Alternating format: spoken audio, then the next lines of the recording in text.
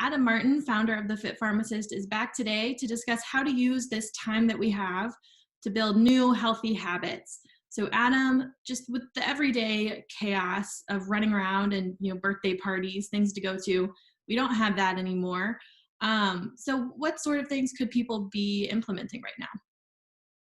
Excellent question. Thank you for having me back on, Aislinn. So with this, we have the gift of time, and what to do with that really depends on the individual. And one thing that I want to really urge people to be cautious of is the trap of comparison.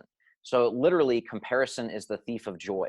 But what you have to realize is that everyone's in a different place. While we might all be going through the same traumatic event through COVID, we are all coming with this with different experiences. Some people have been through trauma before, so they have experience with how to handle and deal with this.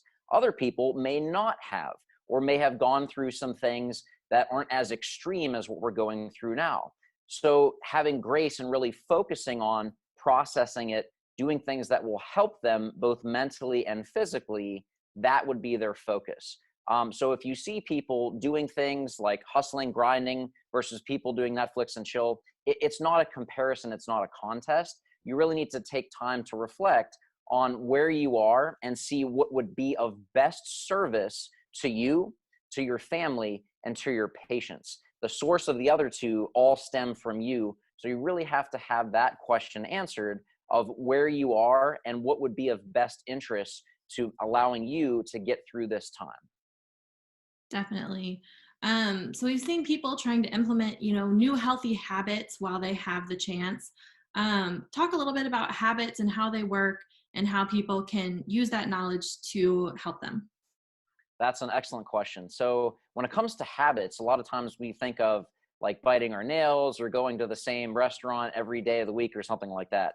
But really, who we are as individuals is actually determined by the habits that we do throughout our time. And I'm going to break down what habits are in as simple as possible. So looking at habits, we have different ones, right? We have eating habits. We have our habits of like getting up in the morning, our nighttime routines, whether they're good or bad. And what those are is you might have tried to change it before. You might have had to have tried to create a new habit that's better or helpful for you. And you might have been stuck because regardless of your effort, you feel like you're in the same repeating loop over and over again. And there's a reason you feel that way.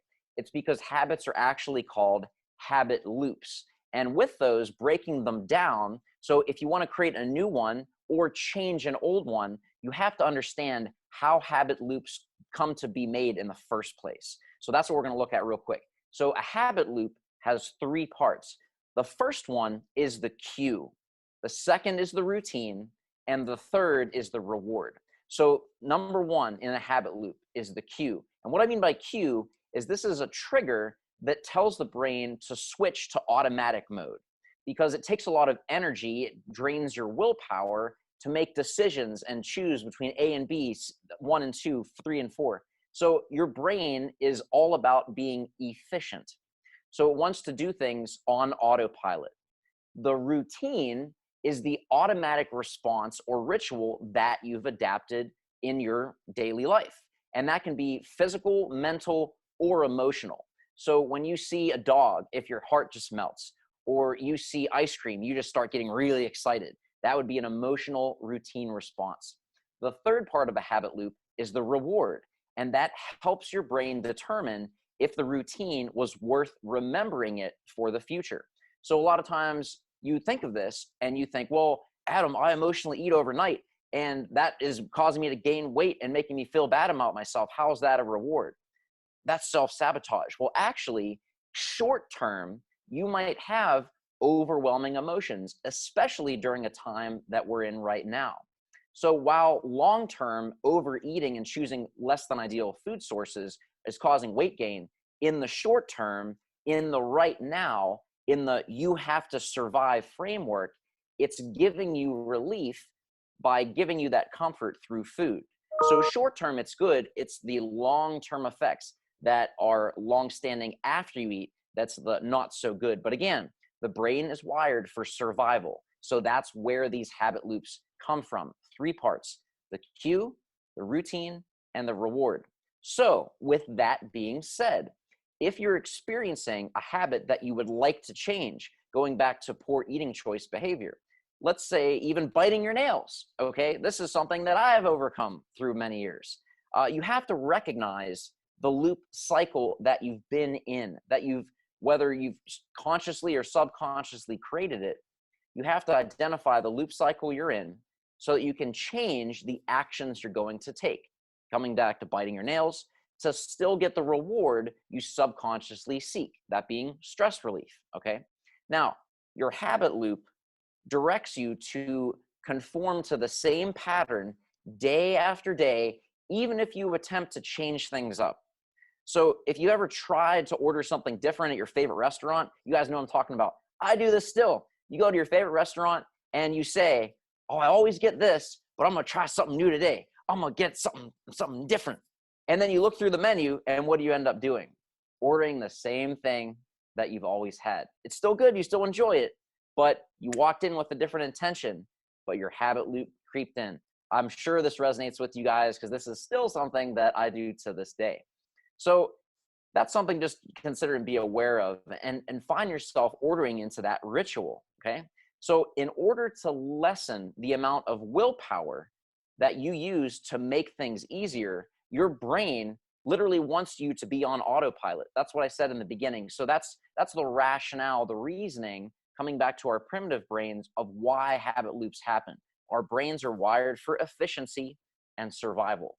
So when you get this, you can kind of understand where habit loops come from. So once we understand how they work, then we can get to work to changing them into something that we actually want, into something that we desire, rather than getting stuck in this endless habit loop cycle, okay? So this is just something to be aware of, something we could definitely work through, but this is how habits happen. And if you understand that, you can construct what you want to create. Wonderful. So now that we have that understanding, I've spoken with pharmacists who say they're busier than ever. They're taking care of patients. They're not working from home. They're not wearing sweatpants like a lot of us. So even for those that don't have a ton of downtime, can they also implement some new habits right now? So excellent, excellent question. And this is going to sound a little ridiculous if you've never heard this before, but until you put into practice, it will change your life. So, Aislinn, you asked the question of, with so much downtime, how can we do these habits? How can we do these things? And this might be as simple as self-care, as watching a movie with your family, or reading 10 pages a day, whatever that might look like. And it's this: you have to make the time by scheduling it. And a lot of people get put off by that. So you're telling me that I have to schedule quality time with my family? Well, it's important to you because I'm sure that you schedule when you go to work. I'm sure you schedule when you get your haircut. Back in the day when we could get our haircut, right? So if it's important to you, you'll make time. If not, you'll make an excuse. And that can cause a little burn. That can cause a little, like, I'm not saying this to be mean, but I'm saying this to really have you think about this. If you want to implement more quality time with your family, more quality time with yourself in terms of self-care, whether that be exercise or meditation or just cooking healthy meals or watching a movie, you have to schedule it, because if it's on the calendar, it's going to happen, right? Are you late to work all the time? Do you forget to show up to work? No, you show up, because if you're not there, you're done. Treat your family, treat your self-care time in the same way. You have to schedule it to make it happen. And if you've never tried this before, again, I know this might seem ridiculous. You want me to schedule time to watch a movie? Yes, I do. You need to really make sure that what you want to change, what you see as being important, is put as a priority. And by putting that on the calendar, that's ensuring that it will happen. Definitely.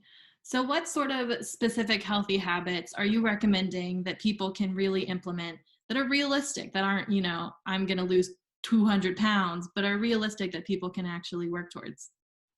Great question. And this is actually going to be a fun exercise. So if you guys are watching this, you're listening to this, I urge you to get pen and paper and write this down. There's so much power to writing things because it takes it in your mind, puts it on paper, and really makes it real. And we talked about this in the last segment. So what I want you to think about is all the times when you were leaving the door, going to work, but thought, oh, I really wish I had just 30 minutes more, 60 minutes more to do fill in the blank. And you're going to bed at night and you're thinking, man, if only I had an hour more in the day to do this or that. What's that blank? What's that, this or that? Think of that and write down all the things that you wish you could do and fill in. Literally, this is a fun exercise. It's creative exercise, okay? Write down all the stuff that you wish you could do, that you'd like to do, but time has always been the reason that you've given to why it hasn't come to be, why you haven't been able to do these things. Now think about some other things that you really, really would like to make a part of your life. Going back to the last interview, we talked about what your ideal life would look like. Look at that list and say, which of these things really get me excited? Where if you say it out loud, you feel yourself getting pumped up about it. That's what you should do. And that might be just being chill. I mean, how many of us busy in the pharmacy, and this is before COVID, now we're all really busy, like you said, is how many of us would really just like to go and relax and sit on the couch, maybe with a glass of wine, watching some Netflix, or maybe just doing nothing and just sitting with ourselves and processing life, right? How many of us have wanted to do that, but we've been so busy and never had time that we've never done it? That might be what you want to do. You might want to have a new ritual where when you come home from work, or if you're working from home, you log off at the end of the day, that for 1 hour, or if you're a parent, 30 minutes, or maybe if you're a busy mom, 5 minutes, whatever that realistic frame is, schedule that and make that your new ritual. And that can be, again, just laying on the couch and doing nothing. There's a lot of beauty in that. So it really comes down to where you are and what you want to experience. And that's the gift of right now. Yes, there's atrocities. Yes, there's terrible challenges that we're dealing with. That's going on. It's the reality of the world. But there's also opportunity to use this gift of time to do things that we've always wanted to do, but felt like we never had the time to do it. So this is a personal answer that you should really get creative and excited about. What have you always wanted to do that you've never had the time to? Because now you have it. Absolutely. So, sort of on the flip side, I've also spoken with people who've said it's also really important to be forgiving. We're going through a trauma right now. You're not always going to eat the healthiest meal. You might grab a cookie. How are you striking that balance between pushing yourself to be productive and make these new goals and just focusing on survival and getting through the pandemic? This is such an important distinction because I see right now, especially through social media, there's two groups of people. There's people saying like, if through this time you don't get out with a new skill and new habit and new way to dominate life, you never lack the time, you just lack the discipline. But I also see people that say, screw working on your personal development. This is a time of trauma. You need to sit and do nothing. So there's two extremes here. And I'm not saying either one is right or wrong. Again, the answer to this is personal, okay? You need to really have an honest conversation with where you are right now and ask yourself, am I a thriver? Like, have I gone through things similar to this? Am I in a place that would not take quality time away from people that need me? One of those people being yourself, by the way, by continuing on this personal development. So some people just have to continually give and create things. And that's how they're genuinely inspired and lifted up. It's by taking their passion and expertise, melding that into some form of content to help other people through this time. That's an example. That's me. That's my genuine, authentic self. It's how I really thrive and how I feel like I have my purpose, is creating something to help people in a difficult time, to allow them to see that personal grace and give them a simple way to find that inner light that they've had inside, but they've been putting in a clay jar under the bed instead of displaying that on a stand, because it's when you shine bright amidst the darkness, that other people are able to see that and get inspired that they too have a light.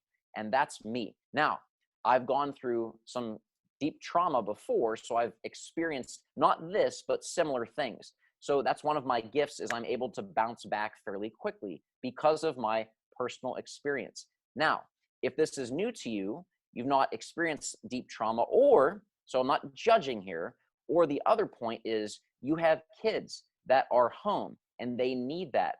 You have family that are affected by this. You're in a role in pharmacy where you have to really give them that time and dedication. So in order to do that, you really need to realize that if you do that and you do all this, you're going to burn out. And that's something that you really have to have an honest conversation of yourself with. You also need to assess, have you been giving yourself the gift of time? Have you been really investing in your self-care? Or is this just an idea of, it would be nice if, or someday, or, you know, if things are right? So you need to ask yourself, like, is this a time that I need to be doing all these things?